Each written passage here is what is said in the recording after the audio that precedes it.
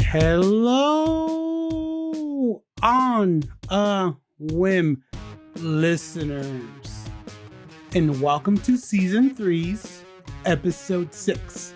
And this marks the first time this season we have the full ensemble. Whoa. Say hi, everyone. Hello. Hi. Welcome back, Jabari. You were gone last week. Oh, yeah. Yeah. Jabari's a hardworking individual who need no commitments. I don't know. Question mark. No, he texted in the middle. He's like, I'll be here next week. I said, oh, okay. I guess we're doing it.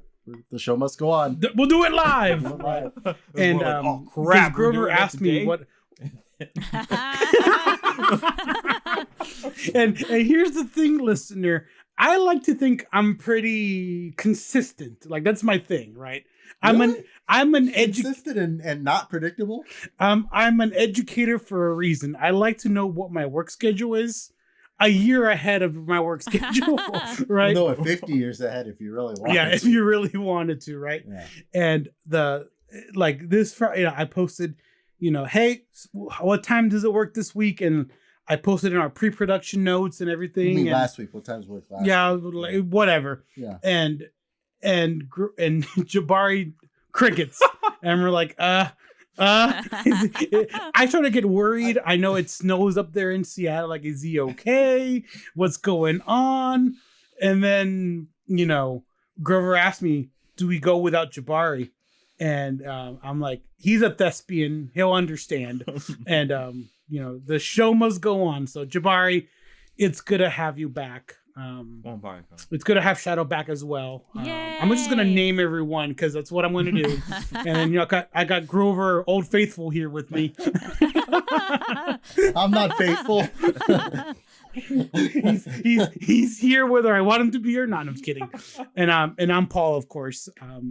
It's good to have the full cast. Last time we were all together was for the season finale of season 2. That was like a year and a half ago.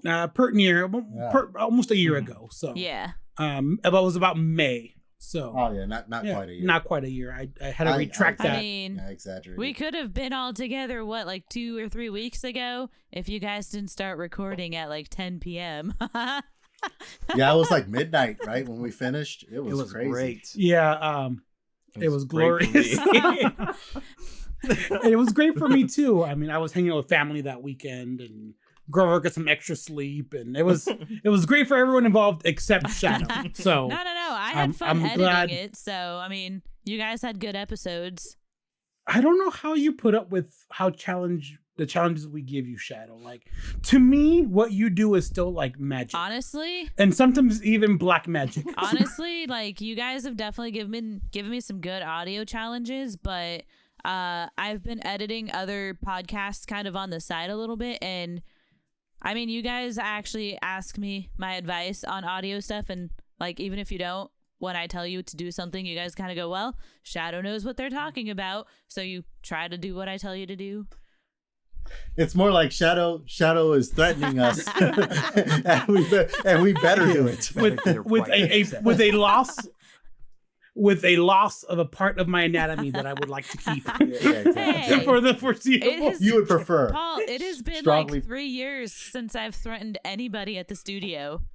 Because there's no more studio. There's no studio to threaten them at.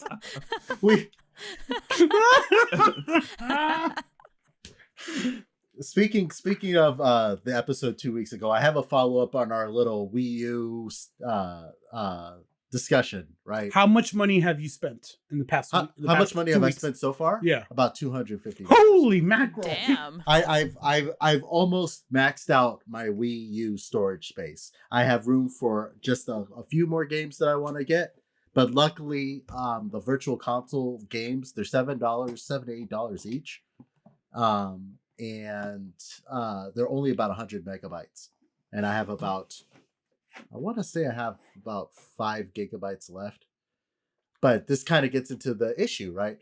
One of the games right now, which is a Wii U exclusive, is The Legend of Zelda Twilight Princess HD. And I was gonna be like, okay, I'll just buy this on the Wii U digital thing before it goes down. It's $19. And I was like, okay, I go through, you do not have enough space. The Wii U only has 32 gigabytes of space, and you can expand it with a external hard drive, but then it has to be external hard drive with an AC adapter because the Wii U does not provide enough power on its own to have an external hard drive. So where am I going with this, right? I wanted to buy a physical version of The Legend of Zelda Twilight Princess HD. I went on Amazon. You guys want to take a guess how much it is? $300. That's $300. Holy mackerel. So I was like, well, that's not going to happen. If that. So No way. I've been on eBay doing several bids on several. I'm not going to say which ones. Jabari. and I think because this is episode 6, which is your favorite number, which is airing sometime in mid-March. I'm hoping the bidding will be done by the time this airs. But I've been doing several bids on eBay, and people have been outbidding me like crazy. I bet, because they're seeing the writing on the wall as well. Yeah, and I don't want to take the gamble. Like it would sound like it's a slam dunk to put both Wind Waker HD and Legend of Zelda Twilight Princess HD on the Wii U, or on the Switch. And if I did that, forget the Wii U version. But I don't want to take that gamble if it's not announced, right? And I only have a couple more months, right? So, So I'll probably follow up with my pursuit on these hard to get Wii U titles, or I might be going to some pawn shops and to some places of ill repute. I mean, favorable repute. Pawn shops, Frankensons, and swap meets to find these Wii U titles that these people don't know what they're worth. Hey, I could sell you my copy of The Legend of Zelda HD. Was the friend price? I'm not going to take that from you, Jabari. I know you're a Zelda fan. I'm going to find my own, but I have to do it because it's only going to get worse, right? The longer I wait, the worse it's going to get. Oh man. And I need to get my copy quickly. So that's my follow up on. Oh, whoops! I didn't mean to hit your mic. It's like an illicit drug, Grover. It's like I need my crack. I need my fix. And then I got to get the Pokemon games, right? Because of the Generation 9 that's coming out, which we'll talk about in a bit. Pokemon Crystal, Gold, and Silver, and the original 3 are not going to be available for purchase, right? But I can still transfer them from my 3DS to my Switch. So I'm going to buy Pokemon Crystal, play through that, and transfer those to the Switch. So when the new Pokemon games come out, I'm going to be ready. So hold up. Yeah. Are you going to play these next ones? The Pokemon Scarlet and Violet, which were just announced. I'm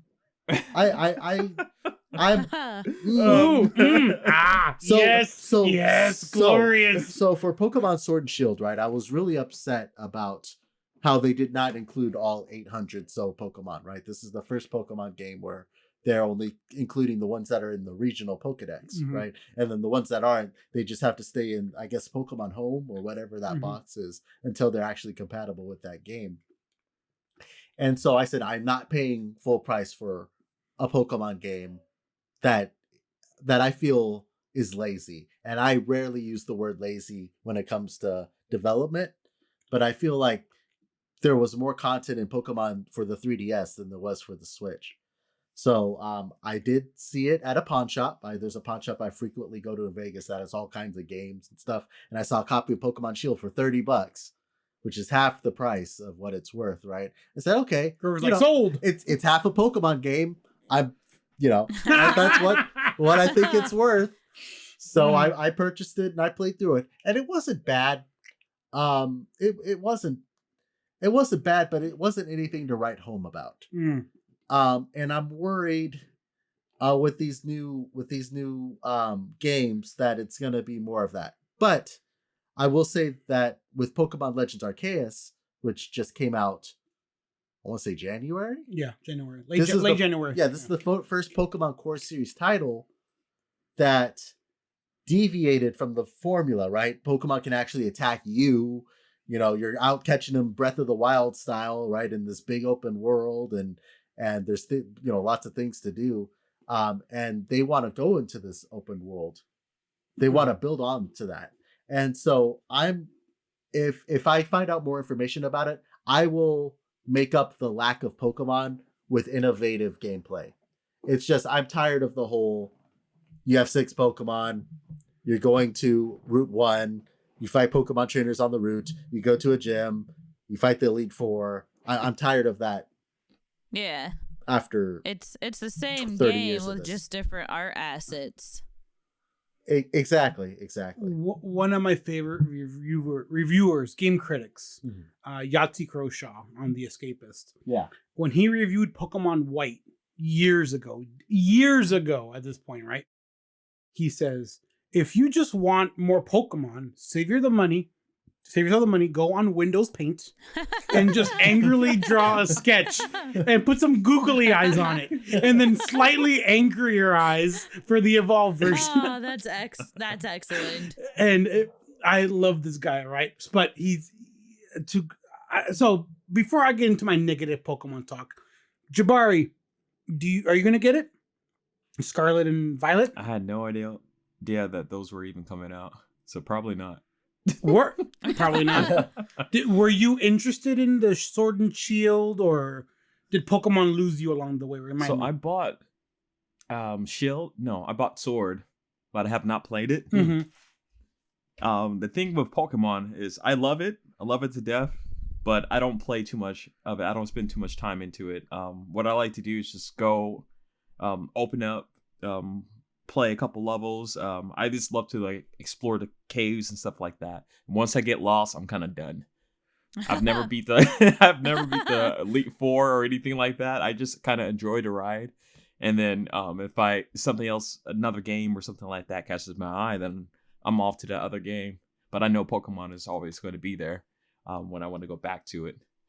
I might not know where the hell I am, but that's part of the adventure. Well, luckily, you won't get lost in Pokemon Sword and Shield because it's a giant open world. There's like one cave in the whole game, and it's a straight line. Really? Oh, Jabari. It's like Route 1 all over again. You play Pokemon the same way I play Legend of Zelda games.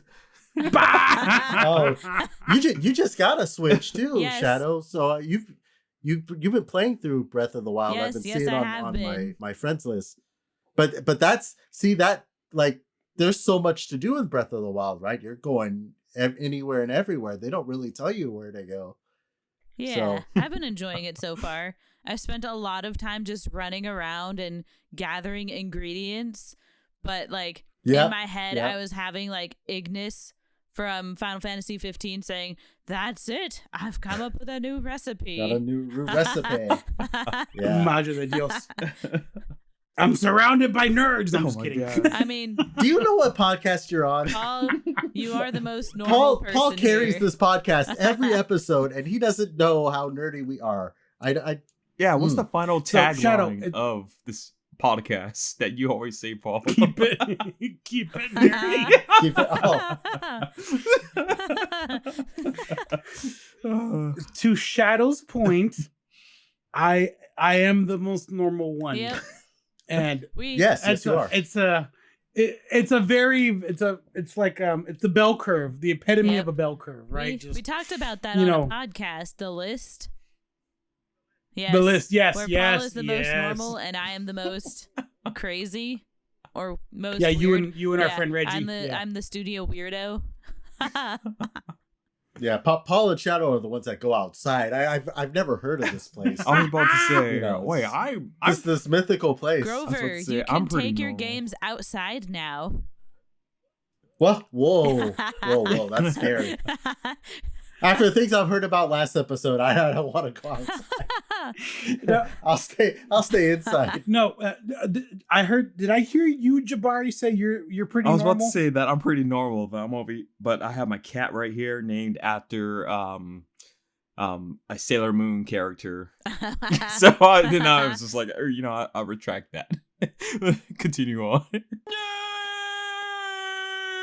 So just to go on my rabid rant of just, I have not rabid. I guess more tame now these days. This is my version of Futurama's rant from last week. No, essentially. So I've hung up my trainer card. Yeah, I see it right over there. Right there on the wall. Right there in the wall. Yeah, with all your badges and stuff. Yeah, exactly. Yeah.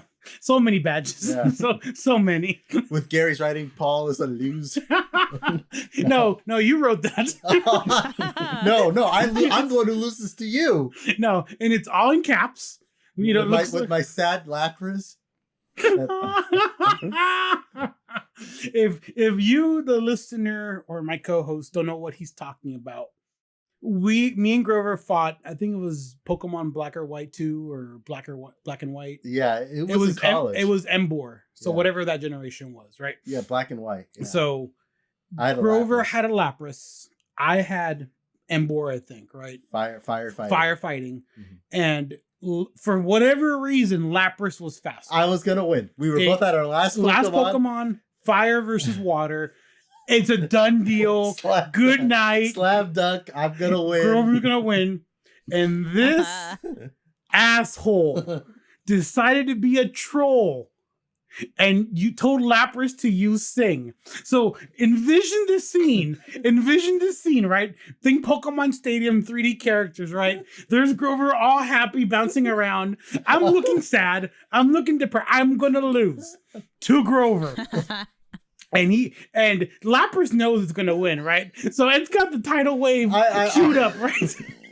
It's got the tidal wave queued up, ready to go. And Grover, you sing. And then Lapras looks back at him, looks at me, looks back at Grover, and sings.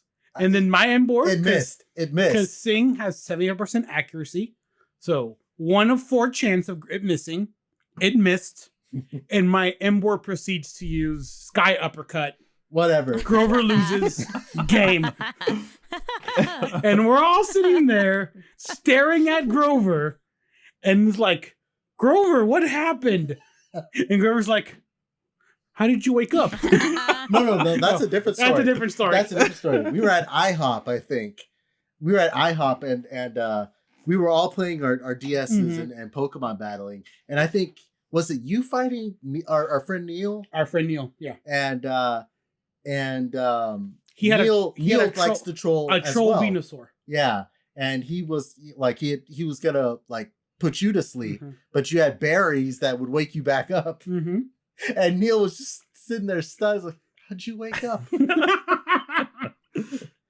And then Paul, same deal, just wiped the floor with him. Because as everyone knows at this point, Paul is predictable. Paul likes a routine schedule. Yeah, I can set my watch to a Pokemon release at this point, right? You can set time to it, right? Yeah. And to me, the fact that Arceus just came out, Arceus, whatever the heck it's called, Hard C. You don't care anymore. Don't care. The badges are on the wall. Hard C, soft shell. What remake is that, Paul? I have no idea. It's okay. Go ahead. So the fact that Arceus just came out, yeah, and they're already announcing the next one, yeah, the next 300 Pokemon that are going to come out, right? Is it Game Freak doing it? Is it the other one doing it? Game Freak did Arceus and this one, and then another company did the remakes of Diamond and Pearl. Right. Mm-hmm. So in theory, Game Freak has had how long to work on this game? Are they going to have all Pokemon in it, or is it going to be just from Sword and Shield to now? One, we don't know, and 2, there's 2 different teams working on it. So apparently. I'm surprised, Shadoe, you haven't posted this already. Of that meme where they're playing with a happy child over the pool, right? And that's the new one, that's Scarlet and Violet, right? Yeah. And then the one treading water is Arceus. And then at the bottom of the abyss, Diamond and Pearl, and Sword and Shield. I would at the bottom posted of the that ocean. Meme, but I'm gonna be pretty honest here. I just don't care about Pokemon anymore. Dun, dun, dun, dun! I think the last one I got was Pokemon Moon, Pokemon. And I was just Oh, like, yeah. this is not Pokemon? my kind of game anymore. Like, I Pokemon? used to love Pokemon.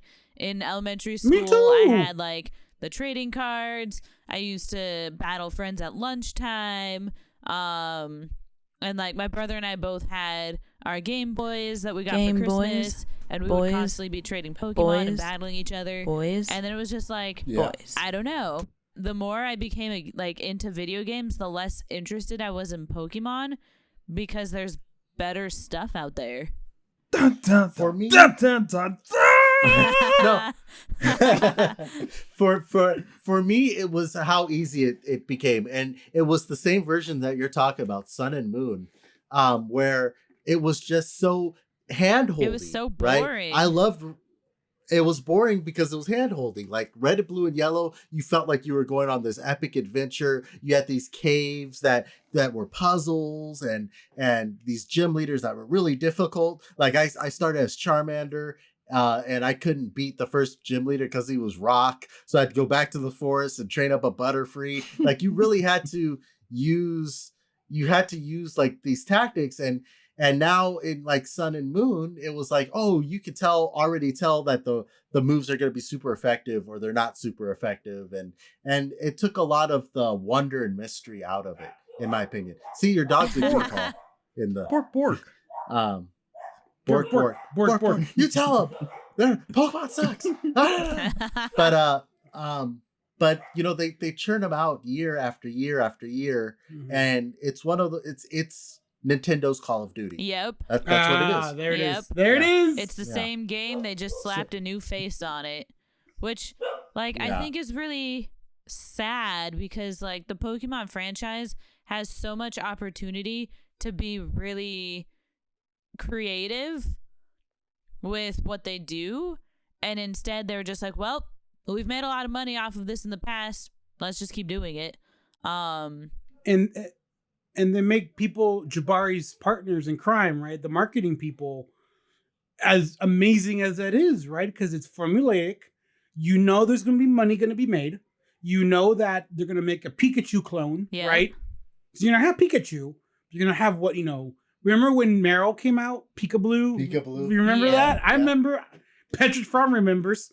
But so I think it's that whole recipe it works. Yep. I mean, but at what point it doesn't? it right? works.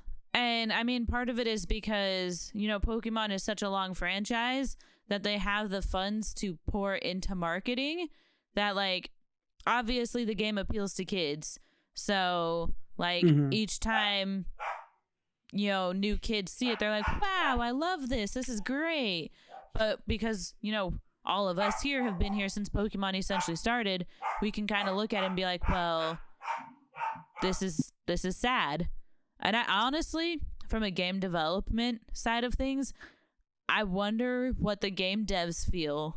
Because, like, I feel like if I was constantly part of the process of making the same game over and over again, I would be bored.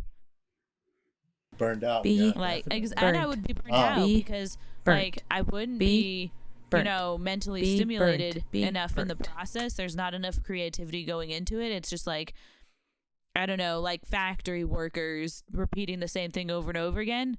That's what Pokemon has become.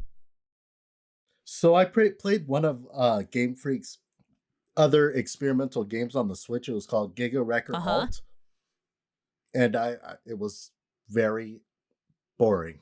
I did not like it at all. It wasn't Pokemon at all, and it was this new. Well, I don't think it was a new IP. I think it was like a sequel to a Game Boy Advance game that they made. But it was just like you could tell that there was no love in it. And I feel like if it had the same love that they put into, the earlier Pokemon games, it would have been something. But like, I feel like Pokemon is kind of their one-hit wonder almost. Yeah, that might be it. They put all of their creative Yeah, energy into Pokemon and just didn't have any room for anything else. Well, Yeah. it sounds like, Pokemon was a major success, so they continue using that formula because they know it works. They know that it brings money, and then they try something else. Whatever new game that you just mentioned, and maybe they did put love into it. Maybe they put a lot of care into it. Maybe it took years of production into it, and it turns out that nobody really liked it. So, because it's not Pokemon. Yeah. Well, like you could tell like the difference between like Gold and Silver when they thought that was going to be the last Pokemon games. Like you can tell that there was a lot of time, there was a lot of heart. Well, that's why they call it Heart Gold and Soul Silver, really, because that they thought originally Gold and Silver was going to be it. They thought that was going to be it. They thought Pokemon was a fad, just like our parents probably thought it was a fad, right? It's not going to be around anymore. It's going to be like Beanie Babies. They're going to go away and just become this niche collectible thing, and no, that wasn't the case. And after that, Ruby and Sapphire, you can kind of tell it's kind of like, okay, they starting with Ruby and Sapphire is when they started coming up with the formula. This is how it's going to be. It's going to be a new region, contained in that region, new monsters, and then they'll have a set of remakes that go with that to get the older ones, and they kept that up until about the Switch generation. So to go on top of that, right? Yeah. Jabari's right. My mom cooks, right? And when I come home to eat my mom's cooking, it tastes so much better than when I make it, right? And it's because I think she makes it with love, right? Well, I do it with bitterness and sadness, and despair. Damn, exhaustion, just done, burnt out of all things, right? But so that's the difference, I think, right? But Jabari, can you enlighten everyone on, I know, right? on how much marketing head start they have marketing a known product like Pokemon than they do a brand new IP that no one's ever heard of? It's probably around in terms of marketing, it's probably the same issues that we run into. People caring about our games. People care about Pokemon, but they don't care about Game Freak's new video game. Ashley Grover cared enough to actually try it out and was disappointed. But a lot of work is put into the marketing. They probably put a whole bunch of marketing dollars into that game. And if it was, I'm not sure how it turned out or anything, but it sounds like it was a flop. So they know now that, hey, wow, okay, we spent all this money and we did not even get close to getting it back, or we barely got it back, or it just wasn't worth it. Let's go back to Pokemon. Let's focus on that. That's probably what's going to happen. I'm curious though, like, did their other game flop because people were comparing it to Pokemon and went, oh, it's not Pokemon, I don't like this? Or is it because people didn't care about the game studio itself? Like, when I play Pokemon games, I'm playing it because it's Pokemon, not because Game Freaks made it. So is it possible that nobody really knows that the studio made other games?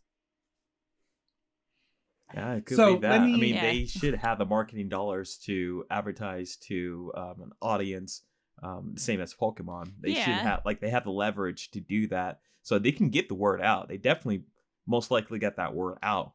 But I guess my point more is, like, when you see a Pokemon game advertised, they don't say, from the game studio Game Freaks comes the new Pokemon game. So, like, people aren't going, Game Freaks, what a great studio. They're just going, the new Pokemon game. And everybody's like, wow, Pokemon.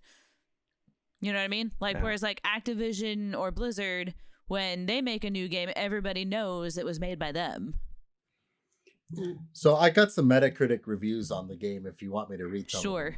I'll read one good one, one random good one, and one random bad one of Giga Wrecker Alt, their other game. Giga Wrecker Alt is this is the good one. Giga Wrecker Alt is a pretty cool game. It has some issues and likely won't compel all players to keep going, but the puzzles are good and getting to throw a ton of junk to smash a robot is always fun. The game looks good, sounds good, and offers plenty of playtime, so get in there and wreck it. This is the mad review. When it's not giving the world more reasons to quote unquote catch 'em all, Game Freak continues to deliver interesting and unexpected forays into other genres. Much like Timbo the Badass Elephant before it, Giga Wrecker Alt is a quirky left turn that takes the exploration staples of a 2D Metroidvania and combines it with a destructible environment puzzle system for some creative and hugely rewarding puzzles. Combat is quite forgettable, but sucker punching a boss with a giant ball can be ridiculous fun when you pull it off. It might not be that memorable, but it's still a worthy way to make a mess on Switch. 70 out of 100. Oh. Yeah. And that was the bad one? That was the bad one. That was the meh yellow. meh. So was it Yeah. a flop? What's the bad one? The Metacritic scores, let's see. Generally unfavorable reviews. It's got a score of average score of 67 out of 100. And that's compared to Pokemon, right? Which usually gets 80 or higher. Mm-hmm. So it's not bad, but it's like meh, you know. So let's take that, right? We go from one studio archetyped, right? Yeah. Game Freak makes Pokemon. What do you guys have heard of that new game from Software, Elden Ring? Oh. Um. And because From Software is known for making these incredibly difficult games. The Souls games. The right? Souls games, Yeah. right? Soulborn, Bloodborne, Dark Souls. Dark Souls, Yeah. Dark Souls 2. What was it, Jabari? I was just about to mention that because I don't know too much about it. I just heard that Elden Rings is just another Soul. What was it? What do you guys just said? The Soul. Another Souls game, Yeah. yeah. That's what I keep hearing. It looks good. Right. Jason It looks Schreier like says a lot of it's one of the people- best. Oh, go for it. Jason Schreier says it's one of the best games he's ever played. And Jason Schreier's like, I don't want to say he's the only critic I listen to, but if Jason Schreier says something's good, it's probably really good. Because he's like one of the critics that writes a lot of books about like the fall of the game industry. Mm-hmm. So I follow him a lot. And he says, and like Yang Yi, I think I watch him on YouTube a lot. And he says he's like 60 hours in and he's still finding new stuff. And that's kind of unheard of. Even in Breath of the Wild, there's like after 60 hours, it's like, okay, I'm starting to get the gist of it, right? Right. It was about 40 hours in when I stopped seeing new things in that game. And that's a long time. Yeah, that is 40 hours is a pretty a long pretty time. good amount of gameplay before it starts, getting repetitive. Exactly. Yeah. And it's not a procedurally generated game. It's not like Mass Effect where player choice and all this stuff, right? It's just this ginormous open world, right? Where if you make a left turn instead of a right turn, you might encounter this monstrosity from the abyss. My God.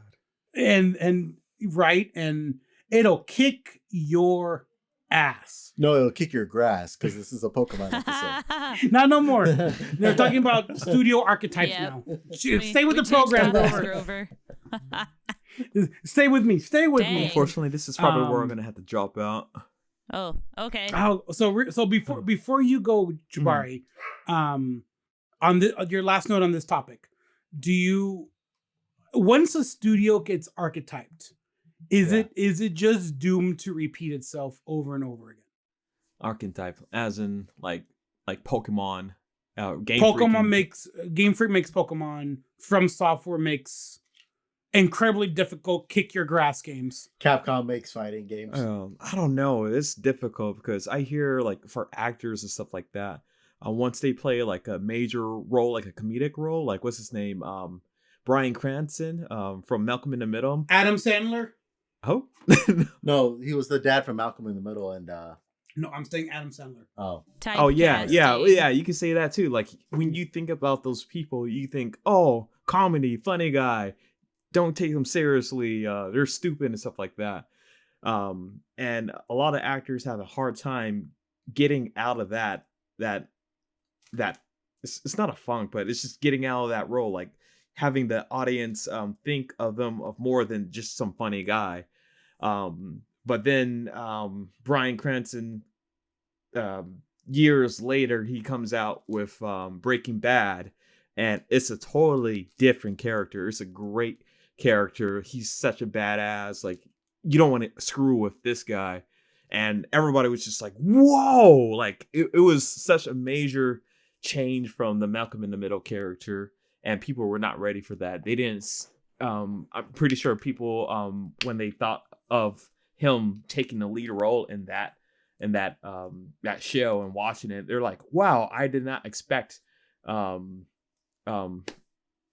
to be this good in this different type of role. And I feel like that stigma right there, that's where other companies are gonna have a hard time, like Game Freak right there. Like everybody expects them to make a Pokemon game, but once they make something they make something different, it could be a real big hit or miss.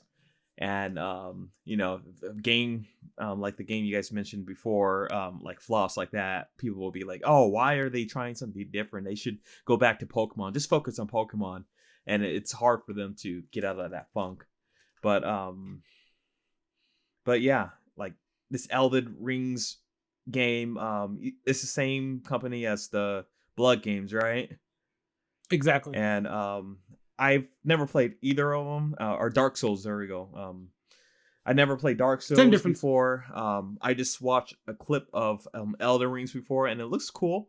But I would have never been able to distinguish between Dark Souls and Elden Rings. But I haven't watched too much of it. But I did watch a funny clip about it. That was great. But if they try to make a different game, I'm not sure what type of different game they will make. It seems like this is the type of games that they that people are really interested, the challenging ones and such. All right. Wow. So would you relate it back to acting? Like you're pretty much good with that comparison. Once you're archetyped, it's a wrap. Yeah. Well, it's not a wrap. Yeah. It's hard to unless you're as good as Bryan Cranston. Bob Saget, right? Bob Saget. Rest in peace. Yeah, he was America's dad, right? But then, he has this raunchy, dirty comedy, right? And people who only know him from Full House is like, what the hell am I listening to? Yeah, it's just hard to get out of that archetype right there. It takes a lot of work to get through it. But, I'm pretty sure Game Freak can make other games, fantastic games. And they probably have. But it's just, they're compared to Pokemon right now. They're compared to their Pokemon. Got it. Being compared to Pokemon. I can't speak English right now. But yeah. Hey, welcome to my world. You're all good, Jabari. No, yeah, thanks for stopping in for this episode. Yes. Thanks for talking Pokemon with us and From Souls and all that. And From Souls. From Software. You have to forgive Paul. It's pretty late.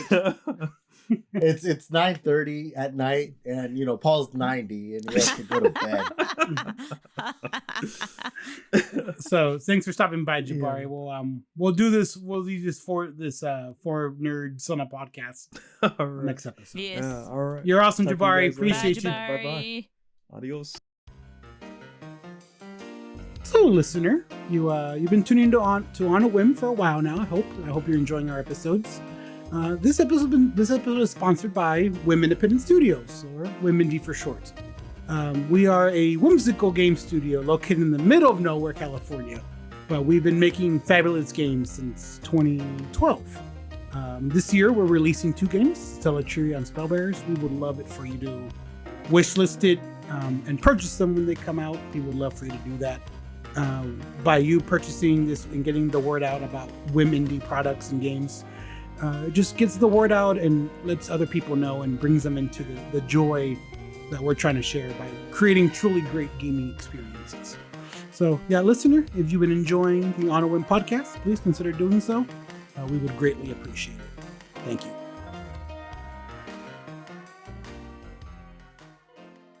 And we're back. Jabari found the fire escape. He's good. He's okay. He's going to make it back next week for our next episode. Steam Deck verified. He is out. He's Steam Deck verified. No, but is it like the Steam Deck and they're having drift issues? Yeah. No, they actually found out that it was not a hardware issue, that it's a drift. It's a software issue. Drama. Yeah. Ooh. So they patched it in. Plot oatmeal. Yeah. Apparently it wasn't extra thick. Yeah. The coordinates weren't resetting to its default position when it went back to center, and so it wasn't so much that the hardware was faulty like the Switch Joy-Cons are. It's a software thing. So hopefully that'll be the end of Switch. Or no, that'll be that'll be end of Steam Deck drama for now. Oh man. Oh, there's always gonna be Switch drama. There's got to be more Switch drama. Oh, there's gonna be more. It's gonna be tons of it. I can't But wait just- for the Steam Deck to come out. Like, for me to get my Steam Deck, I mean, I'm excited. Mm-hmm. Yeah, I'm getting mine in So, like the next run. same. Yeah, I'll let you guys test it out and deal with the first gen bugs, and then I have to get one because I need to make sure our games run on exactly, it. and then I'll get one later on, if or it'll be a gift from Yeah. the guys because that's how they roll, a or little something. bit column A, a little bit ¿Por qué no I los just dos, want right? one because So- it'll be like the first time that I got like the first run on a handheld console. Yee! And you're now that It's- your partial, your employment situation's vastly improved. That's awesome Yeah. to hear that, Shadow. Except, Yeah. I might have to buy a new car soon, so that kind of sucks. Ooh, oof. There, Big, major there's oof. always something. I just go for a used car. I mean, it's Yeah. gonna be a used car, but it'll be Yeah. new to me. Fair. Right. Very fair. So, so I got that bit of news about the Steam Deck and the drift issues by going to old reliable IGN. That is one of my sources of media, and believe it or not, my other sources because I post. That's all I post about on Facebook now. Yeah. Like my real life, I have nothing to talk about. So I just go and talk about game news on Facebook to people who really don't care about what's going on. no, yeah, our boomer parents don't care. No, Yeah, no. my friends from high school mainly don't care. The ones that do care are in this podcast.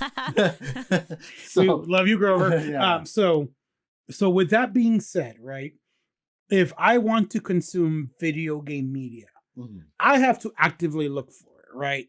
There's like no real, like, I haven't tuned into any podcasts besides this one, or any other, like, I just go back to IGN because that's really the one I know.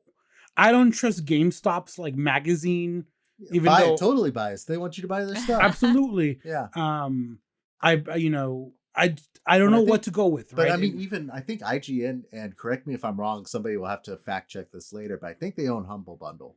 IGN. IGN owns Humble Bundle. I feel like Yeah. that's correct. IGN acquired Humble Bundle in 2017. Yep. So Yeah. can't trust them. But Just to because they that- have their own store. But to that point, it's a charity supporting digital distribution service. Yeah. So what IGN did, they bought it for the tax cut, for the tax rebate. You think so? Oh, Grover. You know No, so. I not only donate because I'm charitable, but it's for there's reasons why I donate. My time and efforts and whatnot. Mostly to the studio. No, just kidding. So the I was gonna Humble Bundle isn't just a they're not just for charity though. They have the Humble store and they have a publishing arm, Humble Games, that Humble Games. they publish indie games. Got it. So it's not just that's a significant part of it, but they do different bundles and stuff where a portion of that does. So I won't believe IGN if it tells me to buy Humble Bundle products. How about that? Okay. Fair enough. Yeah, okay. So, but that's where I got, Elden Ring being amazing. yeah. That's where I got the Steam Deck Drift, the Joy-Cons, whatever they're called, right? And do you guys remember G4 TV? No. It's still here. No, but it went away for a while. Yeah. It went to Comcast. it went to sleep for a while. Well, right? it did go to sleep as much as got replaced with the Man Show and Cops reruns and got rid of anything video game related. Oof. But G4 was this it was a cable channel owned by Comcast that they had XPlay that was hosted by Adam Sessler and Morgan Webb, and they were like the game reviewers, right? They rated things out of like 5, I think, and they would just have video game shows like Attack of the Show, and they have Robot Wars. It was very much a gamer channel, but It's pretty much defunct, right? well, it was for a time, Yeah. but now they brought it back. They have a Twitch channel, they have a YouTube channel. You know, they brought back the XPlay with I think just Adam Sessler now, and I think they just they on XPlay they just did the Yacht Club Games Direct, like you know how they have their own Direct. They broadcasted that on G4, so they're trying to keep themselves relevant for sure. That's a studio after my own heart, right there. Yeah. Yacht Club Games. Yeah, they just launched Mina the Hollower, and they had a successful Kickstarter, raised over $1 million. Good for them. Whoa. Yeah. Good Yeah. for them. That's another one of those that if you ever go to my bio on whimindie.com, shameless plug, you go to my bio, they're mentioned in their like inspirations. We actually met them. I don't know if you remember. At that one little. We were at Playcrafting LA. Yep. I was like an hour late to Yeah, setting you were. up. They give away a table. They didn't give away our table. It was there. It was just empty. Oh, that's okay. And so we set up, and across from us was Yacht Club Games, and they had Shovel Shovel Knight, Knight 2 point whatever it was. before it became big. Well, But the DLC came out. That's what it was. It was it DLC. DLC? Yeah. But yeah, it was just getting there, and they were kind of as small as us, and we got to meet them, and we played Shovel Knight. That's when I got interested, and I bought it for my Switch. So you're telling me there is some alternate timeline out there where we completely swapped, right? Yacht Club Games is like this dinky little, trying to get their first game out there still after 12 years of development, and whimindie is this conglomerate raising $1 million on a Kickstarter. Well, you know how Yacht Club Games started, right? Yep. They spun off of Way Forward, right? Yep.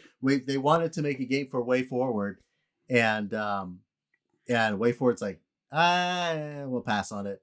And the guy's like, well, I'll make my own game company with blackjack and hookers. Especially linking it to last week's episode, right? Exactly. Bender Bending Rodriguez. By Bender Bending Rodriguez. See, we're already coming up with inside jokes. Anyway, and so he made Yacht Club Games, and you know, I don't think Way Forward ever regretted their decision, because they're like, that was just never in the cards, right? It was too risky of a business decision, but you know, they must be kicking themselves, because I mean, even Shovel Knight got a assist trophy in Smash Brothers, and Shantae just got like a assist spirit or whatever. Yeah. And so, you know, so funny how that worked out. We always echo back to how small the gaming industry is, right? Oh yeah. As you know, as in its infancy, technically, if you think about radio and production of entertainment and movie companies, and gaming is still a relatively infantile industry, right?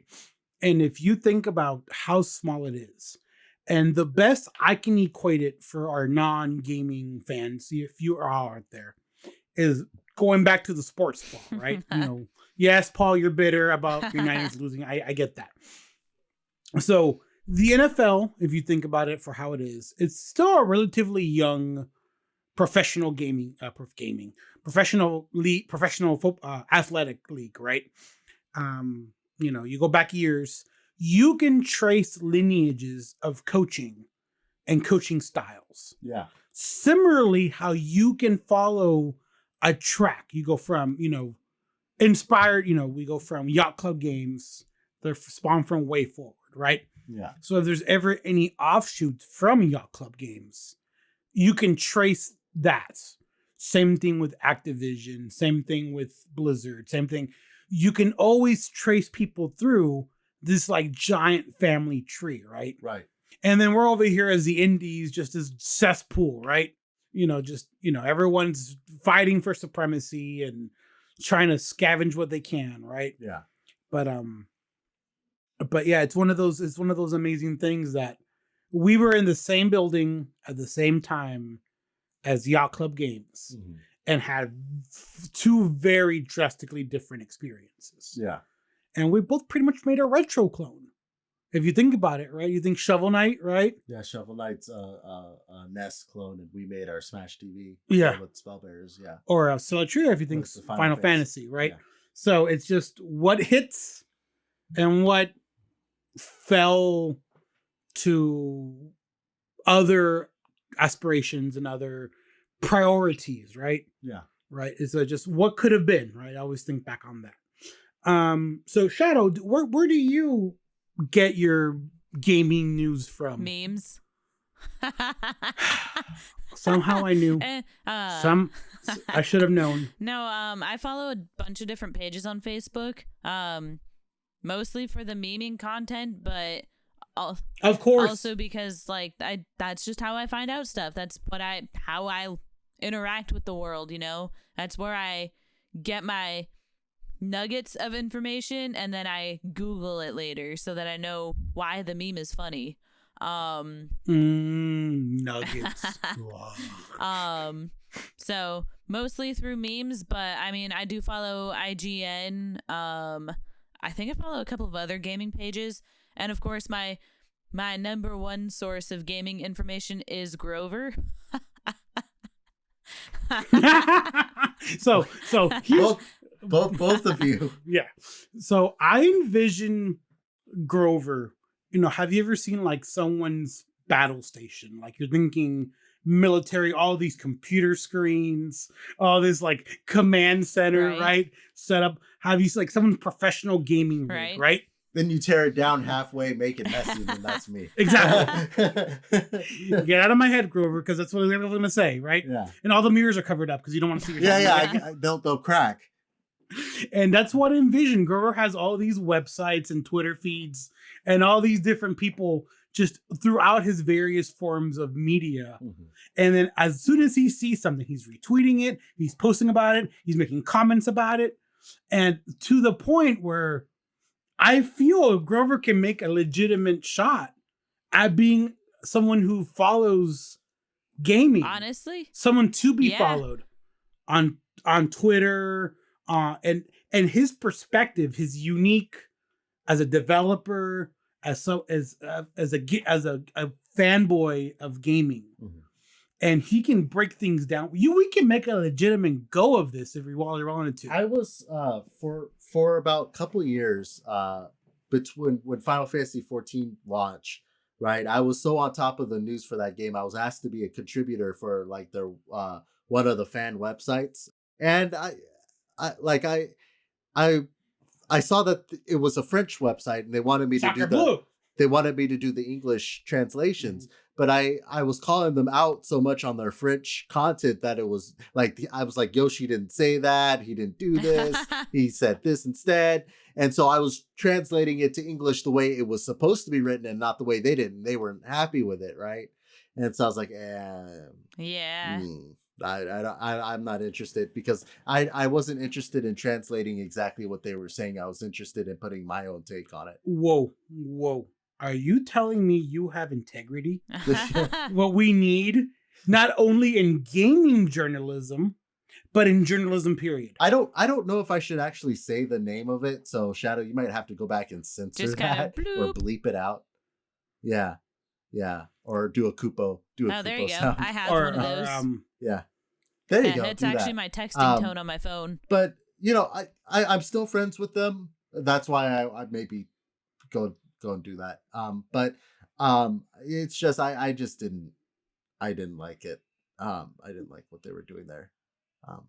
But the fact that you are able to have this interaction with the community, and you if you go on our Discord, follow the invite link, discord.gg/whimindie. Yep, you got it. It took 2 seasons. 2 seasons. No, 5 episodes. 6 episodes. Oh my God, why? Listener, if you go on there, Grover has this existing. Yeah.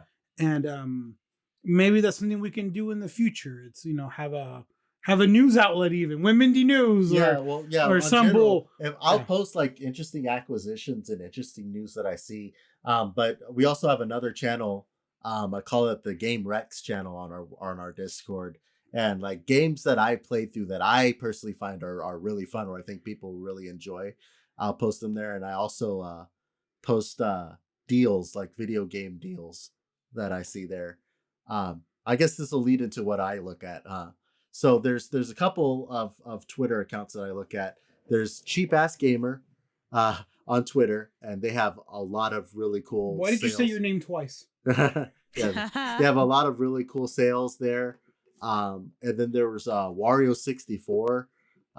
He gets paid to repost sales that like Amazon and Target go. Like I recently got Life is Strange True Colors for the Switch for $33 from Target. Ooh. It's normally a $59.99 game. Yeah, that's So, why I didn't buy it yet. But that was yeah. Wait till it goes on sale. Big major discounts on that. So that's I go there for video game deals. For like video game news, I go on Reddit. John got me on Reddit, who works with us on Celatria Design. And my former co-host for a podcast that shall not be named. Yeah, you're not bitter about that at all. And so r/r Nintendo /r gaming. I go to all of those and kind of get like, there's also / I think eShop deals or something like that. And if there's sales on the Nintendo eShop, I'll go there and check. Typically I'll buy Nintendo Switch games in like a bulk. Like in the summer or winter, I'll buy like 20 of them at like 50 to 60% off, and then that will hold me pretty much for the whole year. But if I'm kind of like our mutual friend that he likes physical games, but I don't mind digital if it's that much discounted, right? If it's Devil May Cry for $3 on Switch as opposed to physical copy, which is like, $20 or something, definitely could go for the $3 digital copy. So, See, this is what I like about you, Grover, is that like about all of these sales, and if you see a game that you think somebody else will enjoy that's on sale, you tell that person. Like, you're always sending me links to like, oh, this game is on sale, Shadoe, go buy it. I think you'll like it. Yeah. Which I appreciate, because I don't like to spend full price on games, which I know sounds really terrible considering that like I help make video games, but I mean, it gets to be too expensive. If I want to buy a bunch of games that are $60 a piece, like I can't afford that. It's ridiculous. Yeah, you're right. Yeah. And you don't have time. I don't have time to play all. You go to my house. Yeah. Paul's pointing to a stack of shame of PS5 games over there. Like, I have not beaten a PS5 game yet. and I have one side I've bought. Paul has gifted me a few. I know some of my other friends have gifted me a few PS5 games, and I just don't have time. Nice. I don't even have a PS5 yet. Yeah. Soon, Shadoe. I'm not trying to. Oh, no, I know. Anything like that. I'm just saying there's just just not enough time. Hashtag humble brag. Yeah, no, there's just not enough time to play through these games for sure. So I'm gonna raise what Shadoe said and push it up another notch. What I love about this, Grover, you recommending games, is that once you recommend it once, you're done. And I greatly appreciate that. Because I take it under advisement.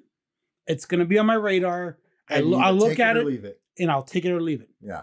And you're not consistently getting, Paul, you're going to get this?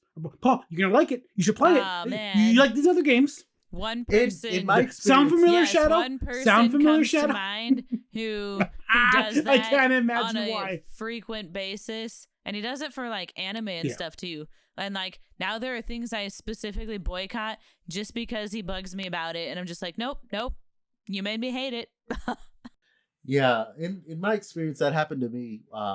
One person kept recommending to me Chrono Trigger and Chrono Cross. Mm-hmm. And I knew there were going to be games. I knew there were going to be games that I would enjoy. But I was recommended them so much and so often, it was driving me nuts. And I was just like, I was like, nope, you know what? I'll just play other games. And eventually I got back into Chrono Trigger in college and played through it on my own. And then I told that person afterwards, hey, I beat it. And then he got excited. What did you think? Blah, blah, blah. It's like, okay, this is what I thought about it. Right. And then Chrono Cross, they just announced they're going to be re-releasing that on the Switch. So I'd gotten quite a ways through it on the PlayStation, but I'm never home to play PlayStation. So when it comes out on Switch in next month, I'm finally gonna buy it and play through it portable when I have some time to sit down, and then I'll let him know my thoughts there after I finish that. So yeah, it's definitely like if people recommend me games, I definitely add it to the list, and we'll play through it, or definitely we'll get it on sale, and then I'll let him know when I got it. That way, temper his expectations. Or Absolutely. yeah. So, in conclusion of this topic, listener, go ahead and join our Discord, discord.gg/whimindie. Yep. Go ahead and follow these chats groups Grover's part of. But parting question for both of you. Sure. What is your favorite Pokemon and why is it Charizard? Oh man. So I think Grover and I have the same favorite. Mine is Vaporeon. Well, yeah, that Vaporeon's my favorite Pokemon. But my favorite starter would for Gen 1 would be Charmander, because I liked having the difficulty of dealing with Brock and Misty. I mentioned it earlier. You were a glutton for punishment from day one. Yeah, huh? yeah. I had to go back and grind in that Viridian Forest, right? But my but my first version that I actually had was Pokemon Yellow, right? When I had Me too. When I played through Pokemon Blue, it was my cousin's version, right? So I didn't feel like my Pokemon were mine, right? I was just borrowing his game. So it was my first real starter was Pikachu. So I got really attached to that Pokemon for a while. But as I've grown up, it switched from Pikachu to Vaporeon as my favorite Pokemon. But in Gold, Silver, Crystal, my favorite starter is Chikorita. Yeah. I can see and that too had a type disadvantage on the first gym, because first gym was Pidgeys, right? They were flying type. Yeah. So, and Chikorita was kind of the mess starter in that game as well. Yeah, Meganium isn't known for its meta playing. So. No. So Paul's answer might surprise you, or it might not. It is Blaziken. Oh, okay. Blaziken is my favorite. Torchic from, Ruby and Sapphire. And it was the first multi-type besides Charizard, right? It started the firefighting, right? That went on for like 8 generations. Until we went Fire Dark for whatever reason, right? And that's when I got... No, it went Fire Psychic. Fire Psychic, you're right. Yeah. It was that magician-looking thing, right? And X and Y. X and Y, right? Funny story, listener. When I asked Grover what version's going to get, he's like, X. And I said, why? just why? But Blaziken is my favorite. And I'll always have a soft spot for Pikachu, right? Ash and Pokemon. Part of my childhood, absolutely. I still play him in Smash every now and then, or her, depending on what you select for the character, right? I just, there's still part of me that wishes Pokemon would be different. But as this moment, my trainer badge is on the wall. I don't think anything can get me back to Pokemon. You were the very best that no one ever was. Don't lie to me. That's Matt. That was Matt all the day. Well, because no one was that bad. Oh, no, you were. Mr. Singh. Yeah, Lapras. Yeah. Awesome. Why Vaporeon and Shadoe before we close out the episode? I don't know. So I really liked Eevee because Eevee's just adorable and I wish Eevee was real. Agreed. But I also really liked water Pokemon. Like my favorite starter was Squirtle. Which is odd because I'm not usually one who's like, oh man, water element, yeah. Usually I like the fire elements, like, if I was in the world of Avatar, I would be a firebender easily.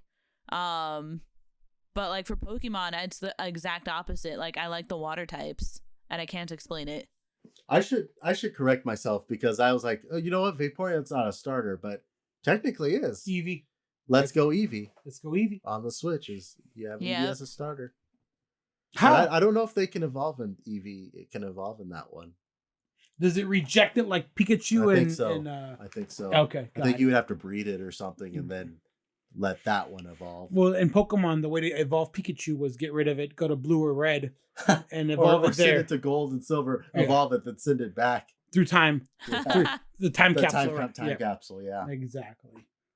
But so listener, this is a test run of what we're planning to do in the near future on season 3 of On a Whim, where we bring in a co-host for maybe part of the episode or more than half or partway through, and then maybe start having ad reads in the middle of the episode, right? Again, this episode is sponsored by whimindie. Go ahead and wishlist our games.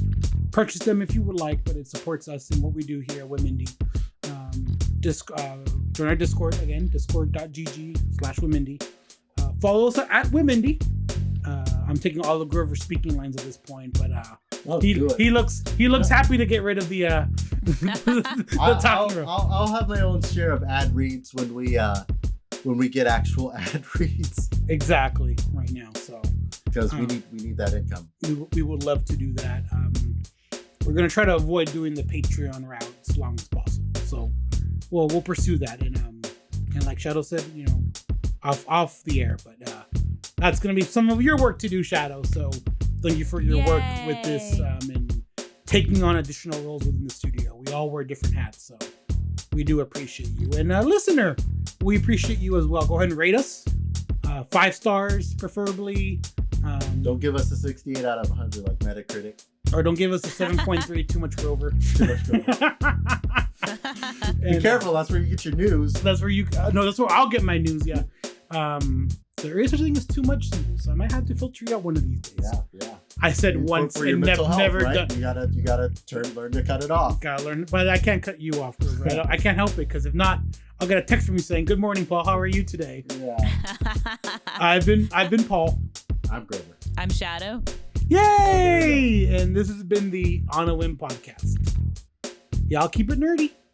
Nerd!